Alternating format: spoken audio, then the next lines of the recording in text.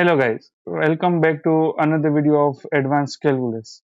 તો આપણે આ સબ્જેક્ટ ઉપર બે લેક્ચર જોયા. એમાં ફર્સ્ટ લેક્ચરમાં આપણે ઇન્ક્રીઝિંગ ફંક્શન અને ડિક્રીઝિંગ ફંક્શન ગ્રાફિકલી કઈ રીતે જોઈ શકાય અને એના પરથી કઈ કન્ડિશન મળે છે તે જોયું હતું. અને લાસ્ટ લેક્ચરમાં આપણે જે કન્ડિશન આપણને ગ્રાફિકલી મળી હતી ઇન્ક્રીઝિંગ અને ડિક્રીઝિંગ ફંક્શન માટે, એમાંથી ઇન્ક્રીઝિંગ ફંક્શન માટેની ડેફિનેશન જોઈ હતી, પછી સ્ટ્રિક્ટલી ઇન્ક્રીઝિંગ ફંક્શનની ડેફિનેશન જોઈ હતી, અને જે કન્ડિશન આપણને ગ્રાફિકલી મળી હતી એનું થિયોરિટિકલ પ્રૂફ જોયું હતું. તો જેમ લાસ્ટ લેક્ચરમાં આપણે ઇન્ક્રીઝિંગ ફંક્શન માટે વાત કરી હતી એમ આ લેક્ચરમાં આપણે ડિક્રીઝિંગ ફંક્શન માટે વાત કરશું. તો સમરી ઓફ લેક્ચરમાં definition of decreasing function, definition of strictly decreasing function, અને third proof of condition f dash x less than 0 for decreasing function. તો આ ત્રણ વસ્તુ છે એ આપણે આજના લેક્ચરમાં જોવાની છે. બરાબર, તો શરૂ કરીએ.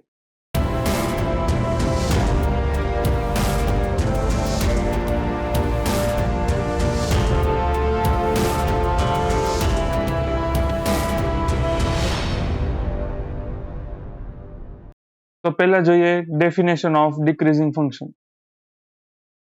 ડેફિનેશન ઓફ ડિક્રીઝિંગ ફંક્શન શું હતું? જેમ ઇન્ક્રીઝિંગ ફંક્શન માટે હતું તેવી જ ડિક્રીઝિંગ માટે છે, ખાલી એમાં જે less than or equal to ની સાઇન હતી એમાં greater than or equal to થઈ જશે.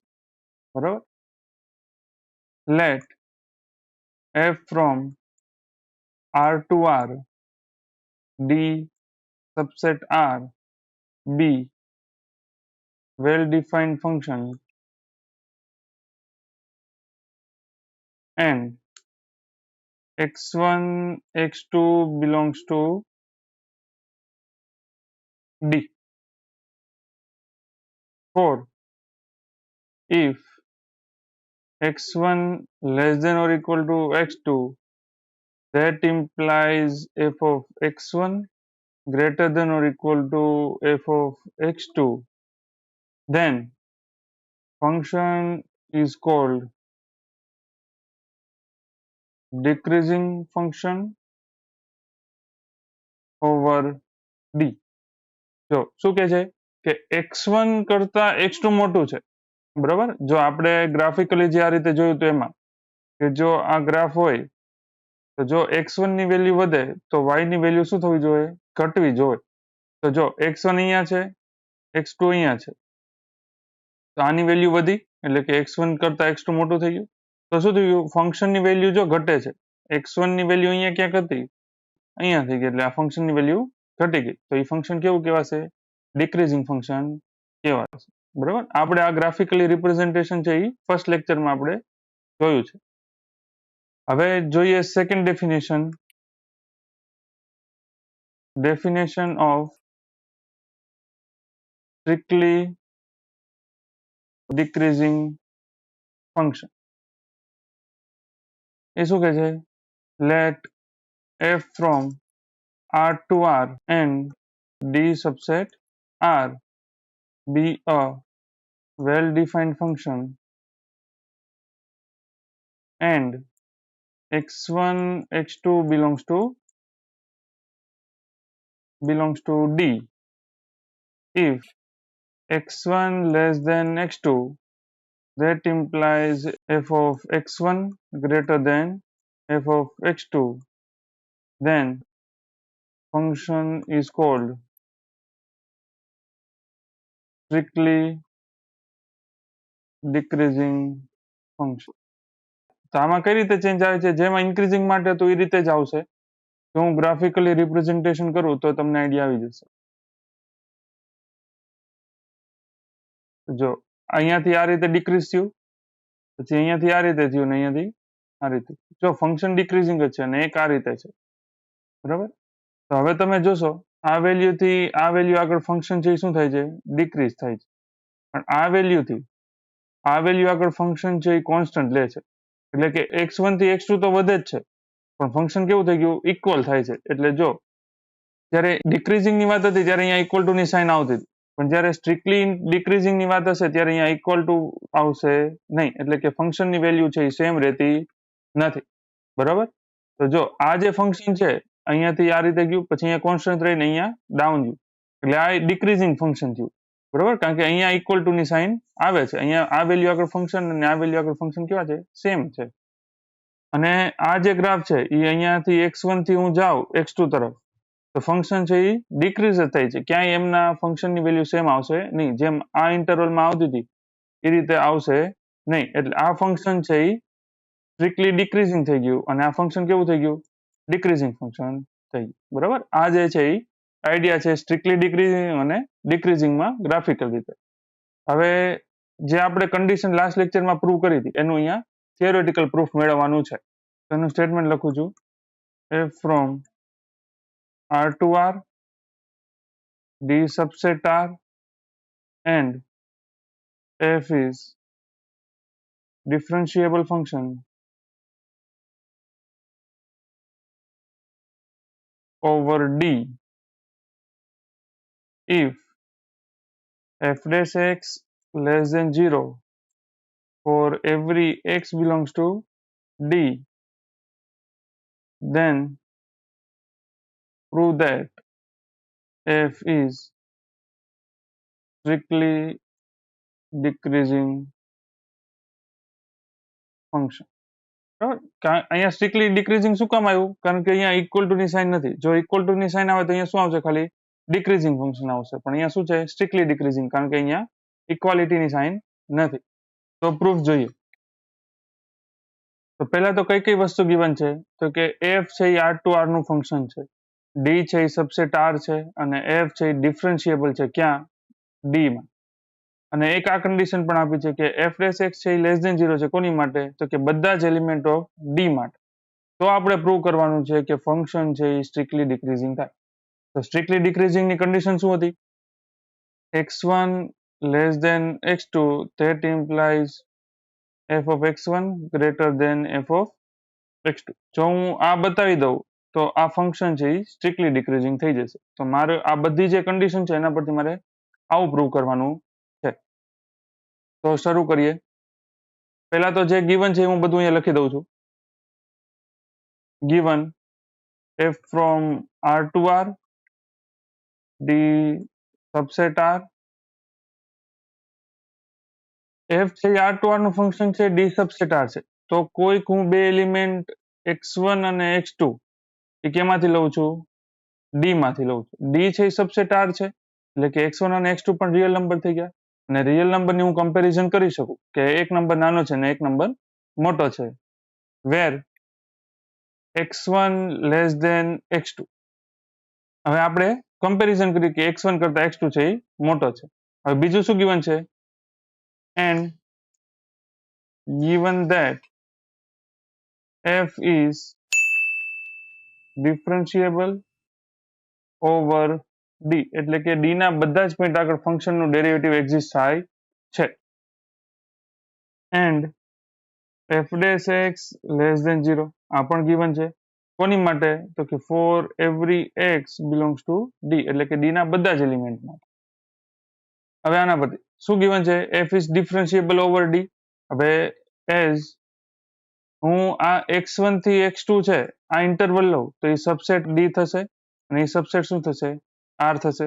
હવે d માં તમને ડિફરન્શિયેબલ આપ્યું છે તો આ ઇન્ટરવલમાં પણ ડિફરન્શિયેબલ થશે.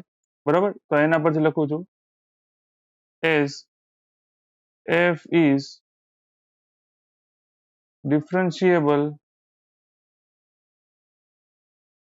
over d, hence f is differentiable over x1 to x2. આ એક ઇન્ટરવલ લીધો છે. બરોબર, હવે ફંક્શન ડિફરન્શિયેબલ હોય એ શું કેવું હશે, કન્ટિન્યુઅસ પણ હશે, and hence function f is continuous on interval x1 comma x2 as every differentiable function is continuous. બરાબર, કારણ કે બધા ડિફરન્શિયેબલ ફંક્શન કેવા હોય? કન્ટિન્યુઅસ હોય. હવે જો ફંક્શન ડિફરન્શિયેબલ છે x1 થી x2 માં અને કન્ટિન્યુઅસ પણ છે, તો એના પરથી લાસ્ટ લેક્ચરમાં જે લાંગ્રાન્જીસ મીન વેલ્યુ થિયરમ નું સ્ટેટમેન્ટ લખ્યું હતું એના પરથી, hence therefore by Lagrange's mean value theorem શું થશે? there exists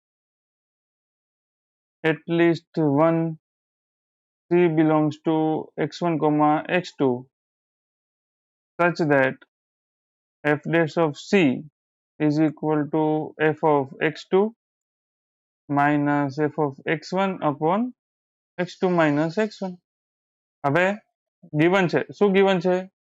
given that f dash x less than 0 for every x belongs to d, એટલે કે d ના બધા જ એલિમેન્ટ માટે લેસ ધેન 0 છે. x1 x2 કોનો સબસેટ છે? d નો. તો કોઈક c એલિમેન્ટ હું x1 x2 માંથી લઉં, એ પણ d નો એલિમેન્ટ થઈ ગયો.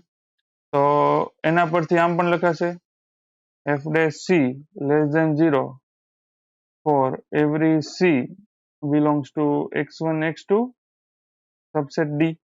અને હવે આ કન્ડિશન મળી, f dash c કેવું મળ્યું? Less than 0. તો એના પરથી આ ઇક્વેશન પરથી હું લખું છું, શું લખાશે?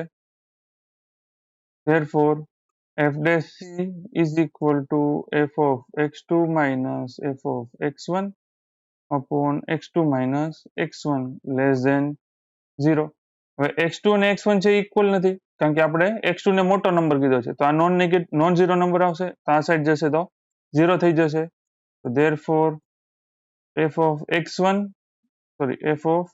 x2 minus f of x1 less than 0.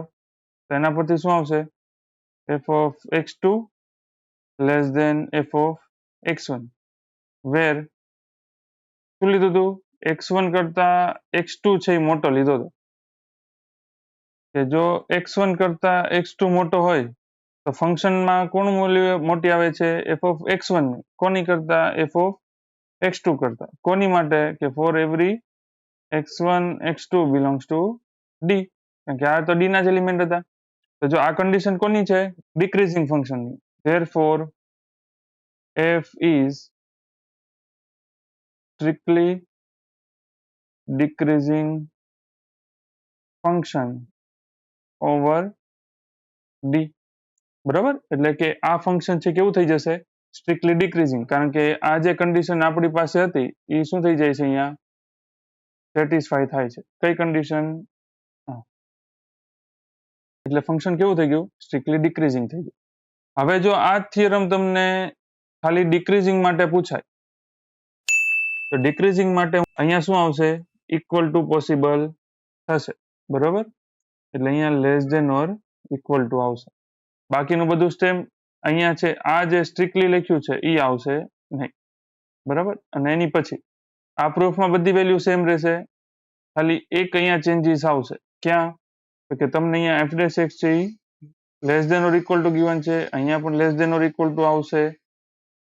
તો આ less than or equal to હોય તો આ પણ less than or equal to થશે, તો આ પણ less than or equal to થાય અને આ પણ less than or equal to થાય. જો આ કન્ડિશન સેટિસ્ફાય થઈ ગઈ એટલે અહીંયા આ રીતે આવશે. જો હવે ઇક્વલ ટુ ની સાઇન આવી તો ફંક્શન કેવું થઈ ગયું? સ્ટ્રિક્ટલી ડિક્રીઝિંગ ની જગ્યાએ ડિક્રીઝિંગ ફંક્શન થઈ જશે. બરાબર, એટલે એક થિયરમ માંથી કોઈ પણ થિયરમ પૂછાઈ શકે અથવા કોઈ પણ થિયરમ હોય તમે એની પ્રૂફ કરી શકો. આ લેક્ચરમાં આપણે જેમ ડિક્રીઝિંગ ફંક્શન માટે વાત કરી કે જેની માટે f dash x છે less than or equal to 0 મળે. નેક્સ્ટ લેક્ચરમાં આપણે જોશું કે જો f dash x particular interval માટે જો 0 મળે તો એ ફંક્શન માટે શું કહેવાશે. જો તમે આ ચેનલ પર નવા હો અથવા હજુ સુધી જો તમે આ ચેનલને સબસ્ક્રાઇબ ન કરી હોય તો ચેનલને સબસ્ક્રાઇબ કરો, બાજુમાં બેલ આઇકન પણ હશે એ બેલ આઇકન પણ પ્રેસ કરશો કે જેથી આ ચેનલ પર આવનારા નવા કોન્ટેન્ટ અને નવા લેક્ચર્સની નોટિફિકેશન મળી જાય. અને જો તમારા ગ્રુપમાં અથવા ફ્રેન્ડ સર્કલમાં એવા પણ વિદ્યાર્થીઓ કે જેને આમની જરૂર હોય તો એમની સાથે શેર કરજો. Thank you for joining.